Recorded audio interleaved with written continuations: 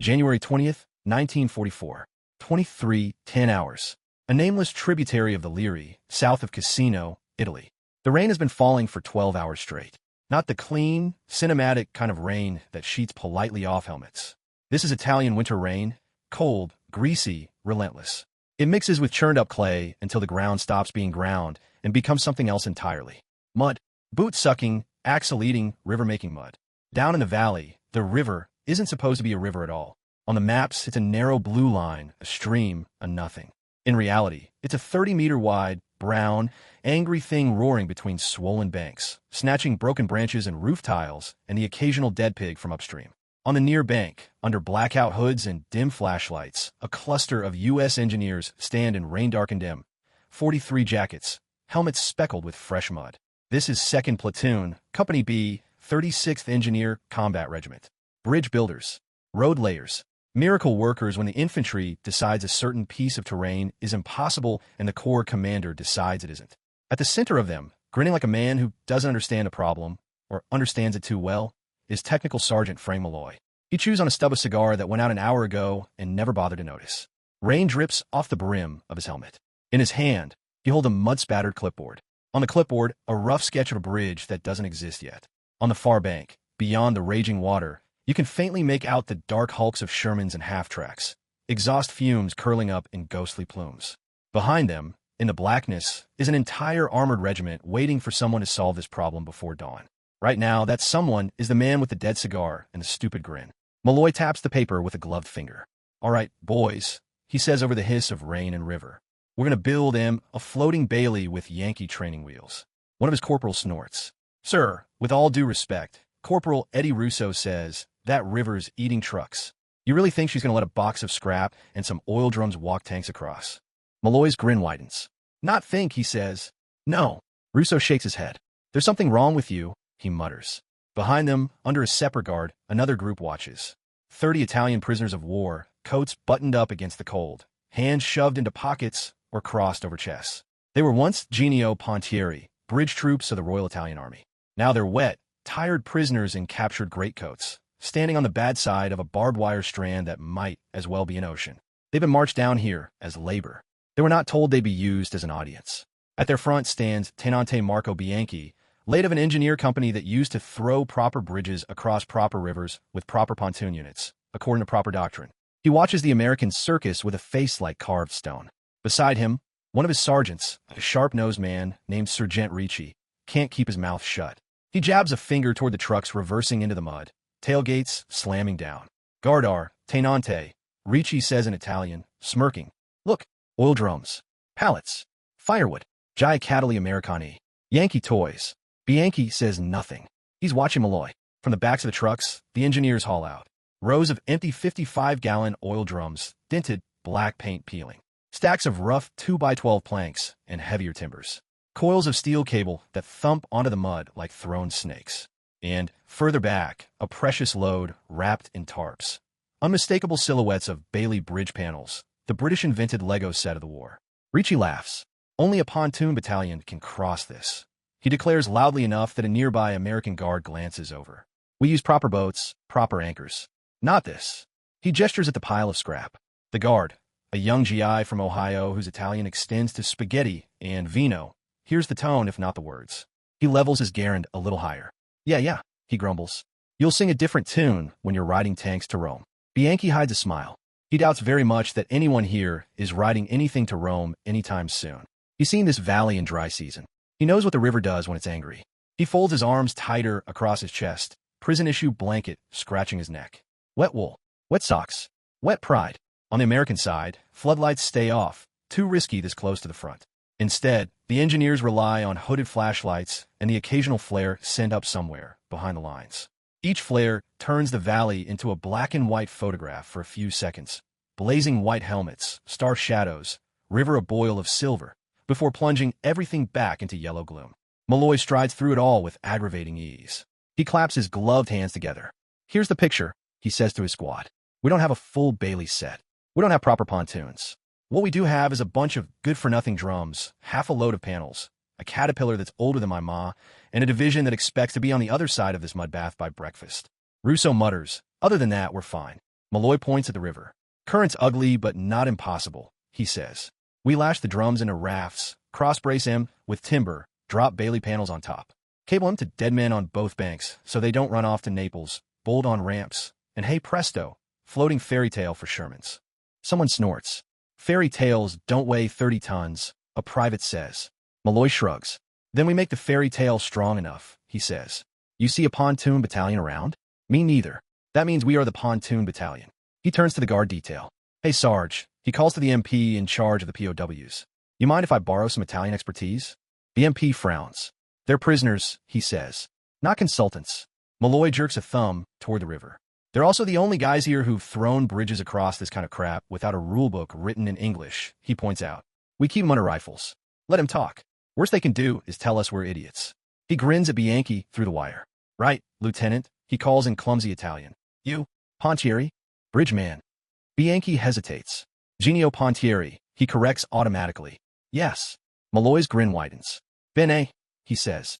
Good. Then you stand where you can see and enjoy the show. He points with his cigar stub. You, he says to his men. Bring the drums down. Pair him. 3 deep. Strap him like you mean it. Eddie, get that cat unloaded before she sinks in the parking lot. The Caterpillar, an old D7 with battle scars, clanks down the road, tracks churning mud. It looks like it should be retired. It's not. Not tonight. The Italian prisoners watch as Americans swarm the pile of material with the casual speed of men who've been told impossible before and learn to treat it as an insult. They wrestle drums into the water, linking them with timber and ratchet straps. They sling cables around tree trunks. Around steel pickets, they drive into the earth with sledgehammers. They haul Bailey panels like iron skeletons, boots slipping, shoulders straining. Bianchi mutters under his breath, half in derision, half in professional horror. They are mixing systems, he says. This is madness. Pontoons and Bailey are not toys. The balance is wrong. Ricci snickers. You see, tenante, he says. Americans. Always improvisation. Never proper equipment. They think they can float tanks on oil drums. He mimics an American accent. Why not, Joe? If it breaks, we sue the river. The other POWs chuckle. Even in mud and captivity, ridicule is a shelter. Across the water, a Sherman backfires, exhaust flame briefly lighting the bank. One of the tankers leans out of his turret, calling across the gap. Hey, Bridge Club, he yells. You ladies gonna have something under us before Jerry wakes up? Or are we taking swimming lessons tonight? Malloy cups his hands. You bring coffee, we'll bring a bridge, he shouts back. The tanker laughs and ducks inside. The Caterpillar growls forward, blade pushing a ramp of rock and rubble down the bank to create an approach. Each pass chews deeper into the mud, turning it into a churned ribbon of filth that might hold a tank. If you're lucky. If you don't think too hard about physics. Bianchi watches Malloy's men lash another string of drums together. It looks wrong. Messy. Unbalanced. He can see a dozen ways it might fail. The current could roll a raft sideways. The cables could snap. The panels could torque under weight. He shakes his head. This is not engineering, he tells Ricci softly. It is superstition with tools. Ricci grins. Then let us see if they're saints like tanks, he says. Out on the water, the first raft shifts, bobs, fights the current. Men curse, hauling on guide ropes. Flashlights dart. Cable creaks. The river snarls at the intrusion. You can feel it. This is the moment you think when the stream wins. When the proud Americans learn what the Italians already know, that some crossings simply aren't meant for the kind of childish improvisation you do in training films. On the bank, Malloy lights his cigar again, cupping the lighter against the rain. The glow briefly illuminates his face. He looks tired. He does not look worried. He blows out smoke, watches the floating skeleton of drums and timber shiver in the middle of the river. Behind him, a full armored regiment waits. Behind them, orders from higher command wait. Advance by dawn. No excuses. In the mud, in the dark, in the teeth of a swollen Italian river, the question hangs. Can a grinning tech sergeant with a caterpillar and a pile of scrap really do what the Italian sappers swear only a formal pontoon battalion can? If he can't, men will die trying to find another way across. If he can, by sunrise, 30-ton Shermans will be rolling over a bridge that, at this moment, exists only as a trembling outline in the spray. Section 2. Yankee Engineering, Italian Commentary. For the next hour, the valley becomes a workshop lit by lightning that never strikes. Flashlights sweep, flare bursts briefly from farther up the line, and every time the sky pops open, you get a frozen snapshot of madness. Oil drums bobbing like fat black ghosts. Timber slung across them like bones. Engineers knee-deep in the river, jackets plastered to their backs, faces streaked with mud, hauling on ropes as if they're trying to tow the moon. On the near bank, the Italian POWs huddle under their blankets, a row of wet statues. They're close enough to see detail, close enough to judge. Tenente Marco Bianchi squints through the rain. He's built bridges across streams in the Apennines, over rivers in Libya, across canals that look benign until they swept a half-assembled span away like matchsticks. He knows the weight of water. Looking at this river, swollen and brown, he knows exactly what it wants to do. Destroy. Look, he says quietly, half to himself, half to Sergeant Ricci. They're not spacing the drums evenly. The center will ride lower. The ends will kick. Ricci grins. In a few hours, he says, they will have a very fine raft. For infantry, maybe a jeep, not tanks. Bianchi doesn't disagree. On the American side, Tech Sergeant Frank Malloy sloshes down to the waterline, boots sucking in the mud. Okay, he bellows over the engine noise. First string is in. Tie off to number 2 in 3. Give me that timber. No, not that one, the straight one. You want the colonel's tank and the drink. A private grunts as he helps slide a heavy beam down the bank. Colonel can swim, he mutters. Tank can't. Malloy shoots back. He steps out onto the first raft, feeling it dip under his weight, then steady as the cables take some of the load. The drums creak. The river hisses. To the Italians on the shore, it looks like suicide. To the engineers, it's Tuesday. Malloy plants his feet wide, turns, and waves more men onto the makeshift platform. Come on, he shouts.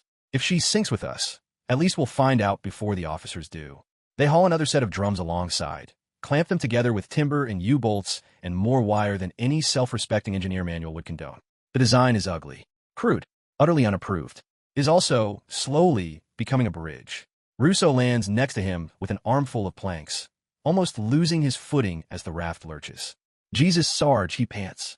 My ma's porch is sturdier than this. Malloy snorts. Your ma's porch never had to carry a Sherman, he says. Quit complaining and nail.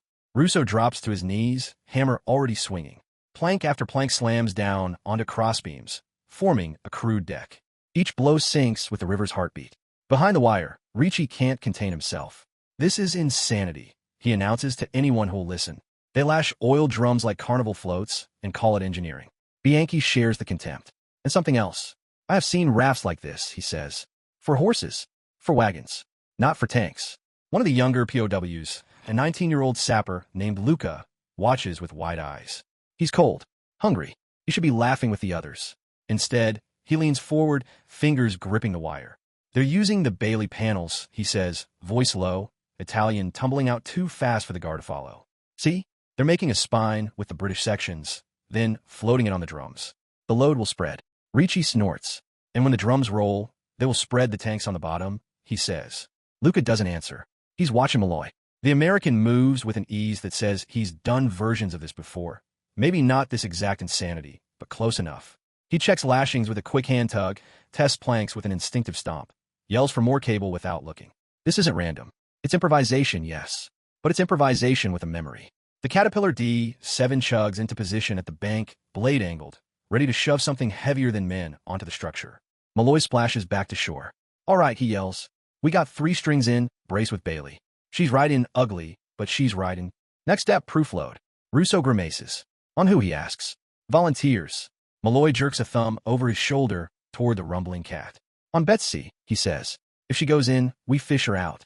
If she stays up, he turns and shouts up the valley. We start waking up tank crews. Across the water, the Shermans idle, exhaust fumes mixing with the mist. They're just shapes in the dark now. By dawn, if this works, they'll be gods of iron rolling across a bridge that, right now, shakes when a man walks on it. Malloy jogs to the cat's driver, a big man from Arkansas named Jenkins whose head barely fits under his helmet. You ever wanted to walk on water? Malloy calls up to him. Jenkins spits a stream of tobacco into the mud. Not in a damn tractor, he replies. Malloy slaps the side of the engine cowling. She falls in, you bail out and swim, he says. You grew up in a swamp. You'll be fine. Jenkins grunts. Mud is not water, he says. Still, he eases the cat into gear. Tracks clank. The front blade scrapes on rock. At the edge of the raft, he hesitates, feeling the ground fall away. The drums bob. The cables groan. Vai, vai. Someone murmurs in Italian behind the wire, unable to help himself. Go, go. Jenkins inches forward. The cat's nose edges onto the platform. The raft dips. Every man in sight holds his breath. You can hear the river over the engine now. A deep, hungry growl. Half the cat is on the raft. The other half still on the bank. It's the worst possible moment. split load, shifting center of gravity, every force conspiring to twist the structure into pieces. The drums creak alarmingly. The timber flexes. Cables hum like violin strings pulled too tight. Malloy stands at the side, one hand on a guy line, face tilted up, eyes fixed on the tractor. He doesn't blink, either because he's fearless, or because he's too tired to. The Italian POWs lean forward as one, as if their combined will might push the machine up or down. Ricci mutters, "Adesso, adesso, adesso now, now, now." Jenkins guns the engine just enough to keep rolling. The cat's center of mass crosses the river's edge. For a horrible second, it feels as if the entire contraption is about to roll. The raft tilts. Mudslick planks shift. Men shout. Then, it settles. The drums below bob, then catch. The Bailey spine flexes but holds. The cat is fully on the bridge. On oil drums. On scrap. Floating. Jenkins exhales a breath he didn't know he was holding. He inches the machine forward, treads clattering on the makeshift deck, the entire structure shivering under the weight. Midstream, the river is angriest. It claws at the drums, slaps at the timbers, tries to twist the whole assembly sideways. The cables hold. Barely. On the far side, mud waits. Jenkins points the nose of the cut in the opposite bank where Malloy's men have hacked out an exit ramp. He hits it square. The cat climbs. The raft unloads. The drums rise a few inches. For the first time all night, a cheer goes up from Americans. From across the valley, tankers howl approval. From the POW side, silence. Then, reluctant applause. Not for the Americans. For the physics. Bianchi's eyes are narrow slits in the dim. He's not sure what he just saw. He knows what it means. This is not a trick for jeeps. This is not a laughable stunt for infantry with wet boots. This is he starts. Luca finishes for him, voice soft with awe. Possible, he says. Ricci swallows hard. He looks at the floating monstrosity. At the cat on the far bank. At the angry, defeated river. For now, he says, clinging to doubt like a lifeline.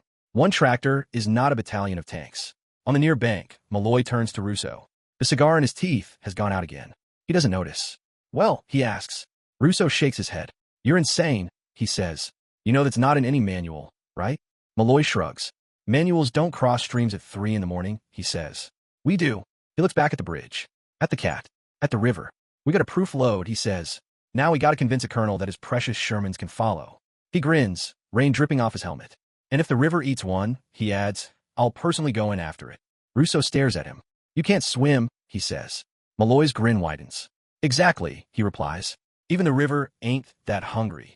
Behind the wire, Bianchi is quiet. His men murmur, trade curses, cling to their last scraps of superiority. But something is cracking. They mocked Yankee improvisation. They called the equipment tinker toys. They insisted only a proper pontoon battalion could make this crossing. Now, in the muddy dark of an Italian valley, they've just watched a caterpillar drive across a bridge that didn't exist an hour ago, built from trash and stubbornness. And the real test, the one that will either vindicate their contempt or bury it under 30 tons of rolling steel, is still to come. Because bulldozers are one thing. Sherman tanks are another. Before dawn, that angry river is going to meet American armor on a floating scrap bridge the Italians swore could not exist. And the question hanging in the wet, cold air is simple. Will it hold? Section 3. Sherman's at first light. By 3:45, the rain has thinned to a mist. It doesn't feel like mercy. It feels like the sky catching its breath. Down in the valley, the river is still swollen and angry, but its surface is smoother now. Less foam, more muscle. It slips around the drum-supported spans like a boxer circling an opponent, looking for a weakness. On the near bank, under canvas tarps and blankets, the engineers slump where they can. They don't sleep. Not really. They doze in fragments, one eye on the bridge, one ear tuned to the pitch of the current. Malloy sits on an ammo crate, back to a tree, boots planted wide. His wet cigar hangs from his fingers, forgotten. His helmet is tipped forward, shadowing his eyes. He looks, for once, almost human. Russo stumbles over with 2 steaming mugs, each slopping over the rim. Courtesy of the tankers, he mutters. They want their road, so they sent their coffee. Malloy takes a mug. Sniffs. Real stuff, he says. Not that army brown water. Maybe they do love us. He takes a sip. It scalds his tongue. He doesn't care. His gaze drifts back to the bridge. Under the flashlights and the faint, hooded beams from vehicles along the bank, the floating contraption looks improbable. 3 rows of drums, lashed and cross-braced. Bailey panels like ribs running lengthwise. Planks bolted and nailed on top, rough gaps patched where they could. Cables running forward and back, tied off to dead men buried in the bank. Log and rock anchors that they can only hope are deep enough. It shouldn't work. It does. So far. Behind the POW wire, the Italians haven't slept either. They didn't think they cared what the Americans did with their toys. They were wrong. Every creak of cable, every groan of timber has kept them wired. Bianchi stands with his hands hooked in the wire, chin resting on his knuckles, eyes fixed on the span. Ricci sits on an overturned crate, knees pulled up, blanket clutched tight. "Do you think they're done?" he asks, voice low. Bianchi considers. "No," he says. "They are Americans. They're never done until something explodes or an officer says stop." Luca, the young sapper, is kneeling closer to the bank, tracing invisible calculations in the mud with one finger. "Drums in triple rows," he murmurs. "Spaced 3 meters apart. Bailey panels bolted to crossbeams. The load should distribute. The weakest point will be where the ramps meet." Ricci snorts. "The weakest point will be the idiot driving the tank," he says. Up the valley, engines rumble to life, one after another. It sounds like a nest of giant insects waking up. The Shermans. Captain Roy Harris, commanding B Company, 751st Tank Battalion, leans out of his turret, cigarette cupped in one hand against the damp. He has been told, twice now, by higher command that his company is crossing before dawn. He has also been told, only once, and not nearly as convincingly, that the engineers have built a bridge strong enough. He looks down at Malloy, small in the distance. "Hey, bridge fairy," he calls over the rain-soft air. "You sure that thing isn't going to turn into a submarine when we roll on?" Malloy stands, stretching his back until it pops. He cups his hands. "Only one way to find out, Captain," he yells. "Worst case, the crowds get a free tank." Russo mutters, "You are really bad at reassurance, Sarge."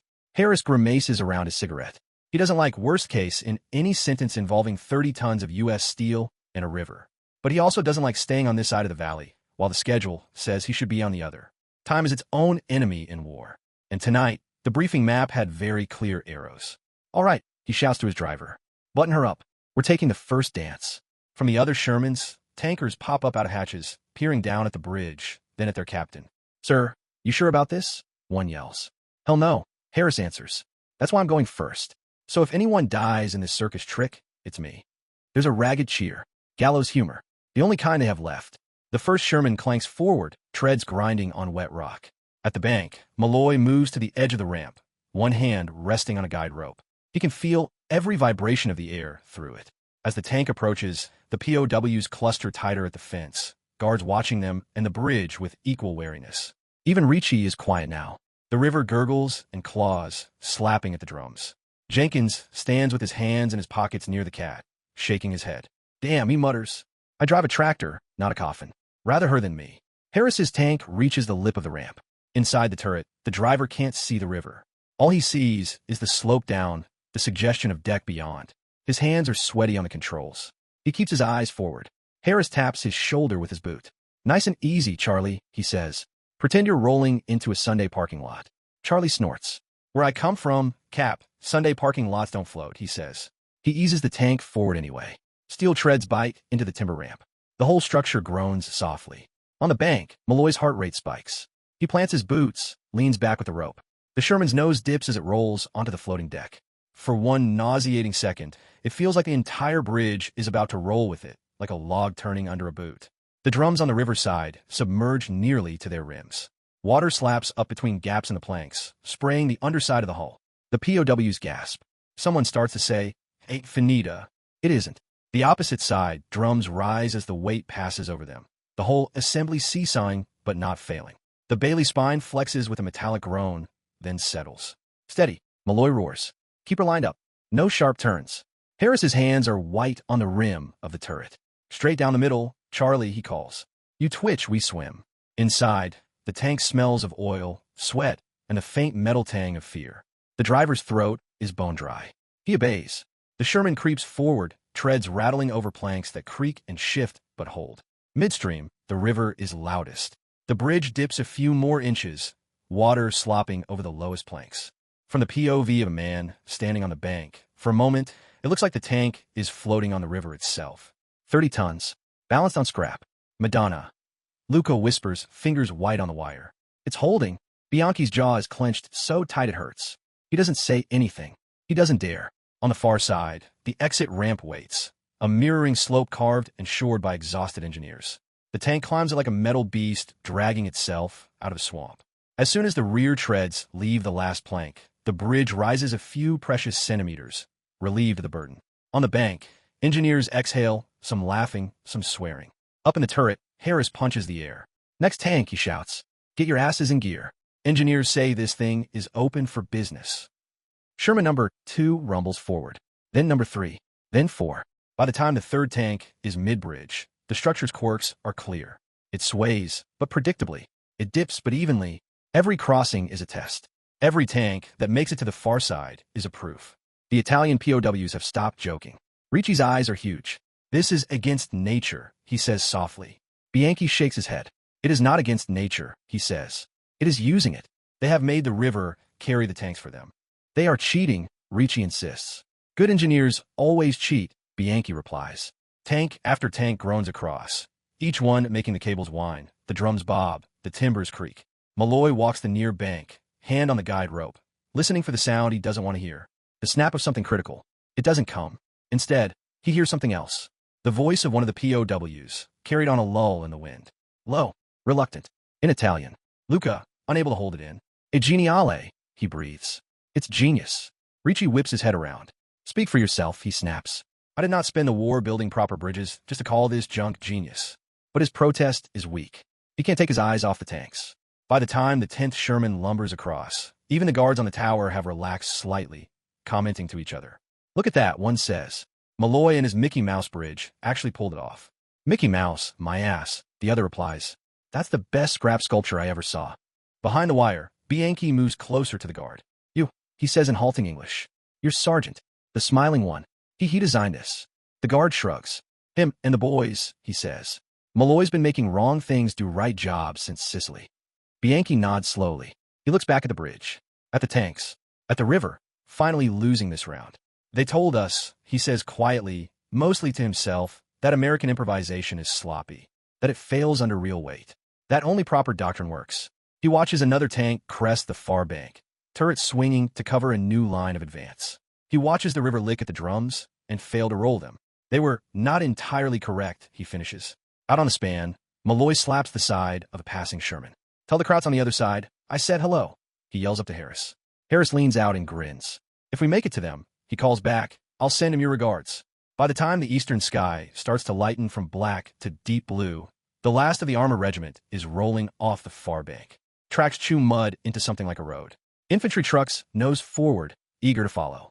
Behind them, the bridge shudders under each crossing but refuses to die. It was supposed to be impossible without a full pontoon battalion. It's happening anyway. And the men who laughed loudest at Yankee Tinker Toys are watching it all from behind wire. Rain dripping off their noses, something very much like respect creeping into the space where contempt used to live. They won't admit it yet. Not out loud. But they've just seen what American improvisation looks like when you strap it to steel and dare it to fail. And it's not a joke. It's a bridge. A floating, cable-singing, oil-drum-riding bridge carrying tanks into the next phase of the war. Section 4. The bridge that shouldn't have held. By 6:10 hours, the sky has turned the color of wet wool. Dawn in a war zone isn't romantic. It just means you can see how bad everything really looks. And in this muddy Italian valley, what you can see is this. A river that lost. A bridge that shouldn't exist. And a churned-up mess of tank tracks on the far bank, leading away toward the next set of problems. On the near side, the span still floats. She looks exhausted. The drums sit lower in the water now, paint rubbed raw where cable is bitten. The Bailey panels are speckled with mud, bolts slick with river spray. Planks are warped and cracked where treads have hammered them. But she's there, alive, in the way that anything in war is alive if it hasn't failed yet. The engineers move like ghosts, faces gray, eyes rimmed red. Uniforms caked in layers of mud that stopped being dirty 3 hours ago and started being armor. Malloy steps onto the bridge deck, feeling with his boots. It creaks under him, but not dangerously. He bounces once, testing. Russo gawks at him from a bank. "You trying to die after the tanks made it?" he calls. Malloy shrugs. "Just seeing if she's ready for an encore," he says. "You want to send more through?" Russo asks, incredulous. "Command wants to know if we can haul some trucks and half-tracks," Malloy replies. "Light stuff. They're greedy now." Russo blows out a long breath. "Greedy beats desperate," he says. "I'll take it." Behind the POW wire, Bianchi is staring with a frown that has less contempt in it now and more professional curiosity. His men murmur among themselves. "No full pontoon company," one says. "No proper pontoons at all," another adds. "Just barrels." And Bailey, Lucas says, "Do not forget the Bailey." Ricci huffs. "So the British send flat-pack bridges and the Americans send junkyards," he says. And somehow it works. He glances at Bianchi. How many tanks was that, Tenente, he asks. Bianchi looks like he's doing math in his head. At least a battalion, he says. Maybe more. 30? 40 vehicles? He doesn't want to admit it. He has to. No collapse, Luca presses. Bianchi nods. No collapse, he admits. He steps closer to the wire, raising his voice enough to carry across the mud. Sergeant. He calls in English that's nearly fluent. Frank. He'd picked up the name from the guards. You still have a bridge, somehow. Malloy looks up from where he's checking a cable clamp. He grins. I told you to enjoy the show, Lieutenant, he calls back. Sorry the seats were wet. Bianchi snorts despite himself. He gestures at the span. This is not in any book, he says. Not in our manuals. Not in the German manuals. You make Frankenstein Bridge. Malloy laughs. Yeah, well, he says. The river didn't read your manuals either. She just tried to kill us. We improvised. He pats a Bailey panel with something like affection. You got doctrine, he adds. We got junk. Junk's cheaper to ship. Some of the American engineers chuckle. One of the POWs says something under his breath in Italian that makes the others laugh. Dice che junk e la parola giusta, he says. He says junk is the right word. Bianchi raises his voice again. Back in my army, he says, we were told American engineering is only good on paper. It breaks in the field. Too many. How do you say tinker toys? Always new gadgets, no experience. He looks directly at Malloy. Today, he says, I see the opposite. Malloy cocks his head. That's so, he says. What do you see? Bianchi hesitates, admitting this feels like handing over a weapon. Then again, they already handed over their rifles. You might as well be honest. I see men who look at what they have and say, it is enough, he says. Then they make enough. Your tinker toys float tanks. His eyes flick to the drums. And you trust them more than we would, he adds. We wait for orders. You do not always wait. Malloy snorts. Tell that to my CO, he says. He thinks I wait just fine. Russo coughs in a way that sounds suspiciously like a muffled laugh. Bianchi presses on. Why, he asks. Why not say impossible and go around? That is what our colonels would do. Too deep. Too fast. Find another crossing. Malloy looks at the river. At the far bank, where the last of the tanks has disappeared into the morning haze. Because sometimes around is where the machine guns are, he says quietly. Sometimes around costs more men than through. He shrugs. And because somebody up the hill drew an arrow on a map and wrote Armored Regiment here by dawn, he adds. Our job is to make the map stop lying. Bianchi processes that. We had arrows too, he says. They pointed to Alexandria. Tobruk. Cairo. How'd that work out? Malloy asks. Bianchi gives a humorless half-smile. I'm here, he says simply. Behind your wire. So, less well than your arrows, I think. For a moment, the rain, the river, the mud all seem to fade. It's just two men, two bridge soldiers from different armies, talking about failure and success in the same language. Steel. Water. Wait. Tell you what, Lieutenant, Malloy says. You ever want to write your own manual after this is over? Put this in it. Never throw away anything that floats. You never know when you'll need to make a river feel stupid. From behind Bianchi, Ricci mutters. He wants us to put American tricks in Italian manuals? Tradimento. Treason. Lucas shakes his head. It's not treason to learn from someone who survived, he says softly. Malloy claps his hands once. All right, show's over, he calls to his men. We got trucks to push. And then Command's going to ask how long this thing will last. Russo groans. And what are we telling them? Malloy looks at the bridge, at the drums, at the already strained cables. He thinks about the river, grudgingly stable for now, but waiting for another downpour, another surge. We tell them, he says, it lasted long enough to do the job. He grins. And then we get the hell off it before she changes her mind. Behind the wire, the POWs are being herded back toward the road. The guard snaps, Andiamo, movitivi, in butchered Italian. They shuffle into column. Bianchi takes one last look at the span, at the river that wanted to drown it, at the enemy sergeant who laughed in the face of an impossible crossing. He files it away in the place where a sapper keeps his real lessons, behind the slogans beneath the uniforms. He'd spent the first half of the war sneering at stories of American improvisation. Tonight, he watched it float a regiment. And somewhere under the humiliation, a seed of something else has taken root. If you survive this war, you remember that. Because in whatever world comes after, when someone tells you this can't be done without a proper pontoon battalion, you'll know that once in a muddy Italian valley, a squad of wet, laughing Yankees proved that was a lie. And they did it with oil drums, Bailey panels, cable, and the refusal to take impossible as an answer. Section 5. The night that followed them home. That afternoon, January 20th, 1944, near a ruined farmhouse, rear of the valley. By midday, the valley has changed sides. The bridge still floats, but now it's behind the front. The Shermans that rumbled across before dawn are somewhere ahead, grinding toward a new line of German guns. Supply trucks nose timidly onto the span under lighter loads, hearts still stuttering every time the deck creaks. The immediate crisis is over, which means the Army does what it always does when a miracle happens. It pretends it was inevitable. A staff major in a clean jacket comes down in a jeep, takes one look at the span, and writes floating bridge, adequate, in neat letters on a clipboard.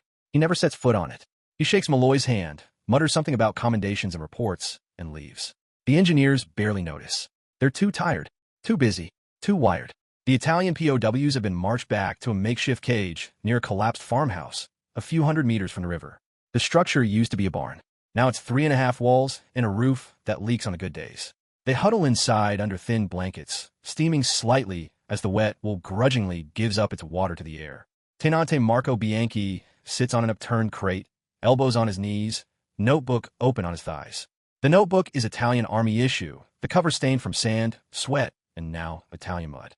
Inside are diagrams of bridges he'd built before the surrender. Span lengths, load tables, precise notes.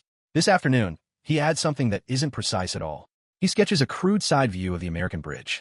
3 rows of circles for drums. Heavy lines for Bailey panels. Cross-hatching for planks. Not to scale. Not pretty. But it's there. Underneath, in tight, careful letters, he writes. Improvisation Americana. Fiume Senzanome, Vicino Cassino. Carico, Caterpillar D7 plus 30 carry M 4 Sherman. Apaghi, Fusti di Petrolio plus Cavi plus Pinelli Bailey. Funziona, American improvisation, nameless river near Cassino. Load, D7 Caterpillar plus approximate 30 M 4 Shermans. Supports, oil drums plus cables plus Bailey panels. It works. He stares at the last 2 words. Underlines them once. Beside him, Sergeant Ricci leans back against the crumbling wall. You're really going to write that in your book? Ricci asks. Next you will write, Dear future Italian, when in doubt, do as the Yankees do. Bianchi doesn't look up. I'm going to write what happened, he says. The war will end. We may have to build again. Bridges, roads, towns. He taps the page. When that time comes, I want to remember that this is possible, he says. That we do not always need perfect equipment to do necessary things. Ricci makes a face. Necessary, he grumbles. The only necessary thing they did today was make my boots wet. He shifts, wincing. Luca, sitting near the doorway with his back against a post, can't help himself. You watched it too, he says. You held your breath like the rest of us when the first tank went on. Ricci snorts. I was waiting for entertainment, he says. A big splash. Some screaming. He shrugs. Instead, I saw physics, he admits. And a madman who laughs at rivers. He scratches his chin. Remind you of anyone? Bianchi asks quietly. Ricci pauses. He thinks of the times their own engineer company was sent forward with too few pontoons, too little fuel, bad maps. Of the times they bridged anyway. He sighs. Yes, he says reluctantly. Us. Bianchi closes the notebook. The rain has stopped. For now. Once, he says, we believed we were the only clever ones. That everyone else built by numbers and plans. Today we saw that we were mistaken. Ricci frowns. So we bow to American genius now? He asks. Is that it? Bianchi shakes his head. No, he says. We learned from it. He looks out through the missing section of wall toward the river, where a truck rattles over the span, its chassis bouncing. The difference between them and us isn't magic, he says. They're allowed to try things. To break rules. To build a bridge the manual does not describe. He touches the notebook lightly. We will remember that, he says. When we rebuild, we will not wait for permission to solve problems. He glances at Luca. You will not, at least, he adds. Luca blinks. Me, he asks. In the next war? Ricci snorts. In the next peace, Bianchi corrects. Somebody must design the bridges that do not get blown up. The younger man looks back toward the valley, at the faint silhouette of the bridge, at the place where doctrine lost and improvisation didn't. I would like to design those, he says quietly. 2 days later, engineer bivouac, same sector. The bridge is gone. It did its job, then succumbed to the same enemy everything else does here. Time. By the second night, rain came hard again. The river rose. Malloy's cables groaned under new strain, drums hammered by floating debris. The order came down at 2 o'clock. Span collapsed. Find alternate crossing. Malloy just grunted. 4 days, he tells Russo now, sitting on a Jeep bumper, cleaning his boots with a stick. 4 days she lasted. That's 3 more than I would have bet. Russo tosses a stone into the mud. It was enough, he says. The tanks are on the other side. That was the job. Malloy nods. Exactly, he says. Bridges don't need to live forever. They just need to live longer than the problem. He flexes his fingers. His knuckles crack. His back twinges. He feels every hour of that night in his bones. Across the camp, an officer from regiment is snapping photos of a rough diagram chalked on a board. Malloy's floating Bailey hybrid, immortalized in smudged white lines. Command wants to see it, the officer says. Maybe put it in a training bulletin. Malloy laughs. Great, he says. Next thing you know, some poor kid in Texas is going to be lashing oil drums together because that's how Sergeant Malloy did it in Italy. You saying you don't want to be famous? Russo asks. Malloy shrugs. I don't want to be dead, he says. Famous is optional. He jerks his chin toward the POW cage in the distance. Anyway, he adds, we already got an audience. The Italians watch the photo session with thinly veiled interest. Luca, in particular, studies every chalk mark. He's memorizing. Malloy catches his eye. For a moment, the two men just look at each other. Then Malloy lifts a hand. Not a wave, more of a half salute with 2 fingers. Luca hesitates, then returns it, shyly. Ricci sees. Scowls. You want to join their army now? He mutters. No, Lucas says. I want to steal their bridges. Spring, 1950, outskirts of Florence, Italy. The war is a ghost that lives in missing walls and the way some people flinch at thunder. The Arno runs through Florence the way it always has, patient and indifferent. On the outskirts, where the city scars are still being filled in with brick and hope, a new bridge is going up across a smaller tributary. No military necessity here, just the need to connect 2 neighborhoods separated by a flood and a decade of bad luck. On the bank, in a hard hat and rolled-up sleeves, a man in his late 20s stands over a set of plans. His name is Luca Bianchi, civil engineer. He squints at the water, then at the concrete piers rising from cofferdams, then at his drawings. A foreman approaches, wiping mortar from his hands. Senior Bianchi, he says, the steel supplier is short. Again, we will not get the full order for a month. Maybe more. Luca sighs. Of course. He taps the plan where the deck support beams are noted. We have timbers from the old depot, the foreman adds reluctantly. Too rough for permanent use, but maybe for temporary? He trails off. Temporary. That word again. Luca stares at the river. At the beginnings of piers. At the gap between them. In his mind, another river overlays this one. Muddy. Angry. Under a night sky. With drums. And cables. And a grinning American sergeant who laughed at the phrase, only a pontoon battalion. Temporary bridges can become permanent ideas, Luca says slowly. The foreman frowns. Come again. Luca shakes himself. Nothing, he says. We will use what we have. We can shore the deck with timber until the steel arrives. It is not ideal, but it will carry. The foreman hesitates. Will it be safe? He asks. Luca smiles faintly. I have seen worse hold, he says. He looks down at his notebook, worn from years of use. On one of the older pages, almost faded now, the sketch of the American floating Bailey hybrid sits between neat Italian diagrams of proper bridges. He flips past it. He doesn't need to look anymore. It's in his hands, in his instincts, in the way he now defines impossible. We build, he says to the foreman. We do not wait. The foreman nods. Subito, he says. Right away. They move. Timber is cut. Bolts are scrounged. Cables are tensioned. It is not pretty. It is not standard. It is not, by any textbook, correct. It works. Autumn, 1958, a small bar near the Hudson River, New York. The bar smells of spilled beer and old wood. On the wall, there's a calendar with a pin-up girl and a faded stars and stripes. At the back table, a group of men in their 40s nurse their drinks and the kind of stories you only tell after the 3rd round. Frank Malloy, no longer in uniform but still with that same crooked grin, leans back with his beer. He's got a little more weight around the middle now. Less hair, more lines. The man across from him, an old tanker named Harris, laughs hard enough to almost spill his drink. So you're telling me, Harris says, that they actually put that monstrosity in a manual? Malloy shrugs, chuckling. Not in the manual, he says. In a bulletin. Lessons learned from theater operations. Couple of pictures. Some scribbles. They called it Expedient Floating Bailey Support Utilizing Fuel Drums. Russo, perched on a nearby stool, groans. They made it sound boring, he says. It was the craziest damn thing we ever did. Harris raises his glass. Well, crazy floated my company, he says. I'll drink to that. They clink. Malloy takes a sip. For a moment, the beer tastes like river spray and mud. He glances out the window, where the Hudson slides by in the dark, wide and calm. If somebody told you now, Harris says, to put tanks on drums again, would you do it? Malloy thinks. He sees the Italian valley again. The rain. The drums. The trembling moment when the first Sherman's nose hit the deck, and every law of common sense said no. He smiles. Depends, he says. They pay me overtime. They laugh. Harris wipes his eyes. I still remember the look on those Italians' faces, he says. Up on the bank. Like we just insulted Archimedes personally. Malloy nods. Yeah, he says. They were good engineers. Proud. Can't blame him for thinking we were nuts. He swirls his beer. You ever wonder what happened to him? He asks. Those bridge guys. Harris shrugs. Went home, I hope, he says. Built bridges that don't get blown up. Malloy grins. Maybe they stole our trick, he says. Chapter 7. Junk you can tie together when the boss draws an arrow.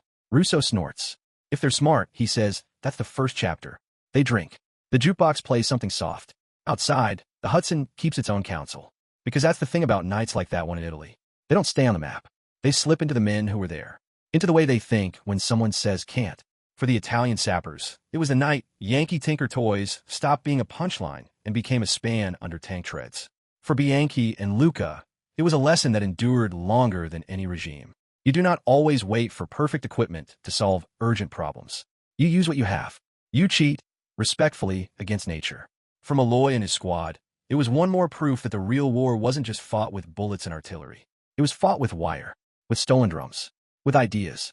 On the morning after, the official reports would say, Armored Regiment successfully crossed secondary water obstacle via improvised floating bridge. Objective advance per schedule. Dry words. Clean. They leave out the cold. The fear.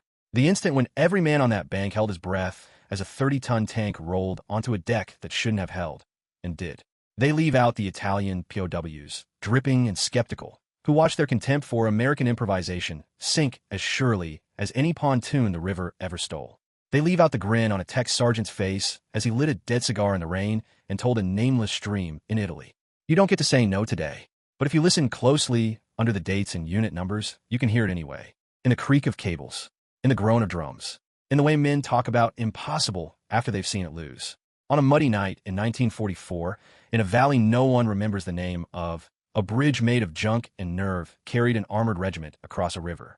By dawn, even the men who sneered at Yankee Tinker Toys had to admit it wasn't supposed to exist. It did anyway, and that's a kind of victory you can't put in a manual, but you can carry it quietly for the rest of your life. Yindi.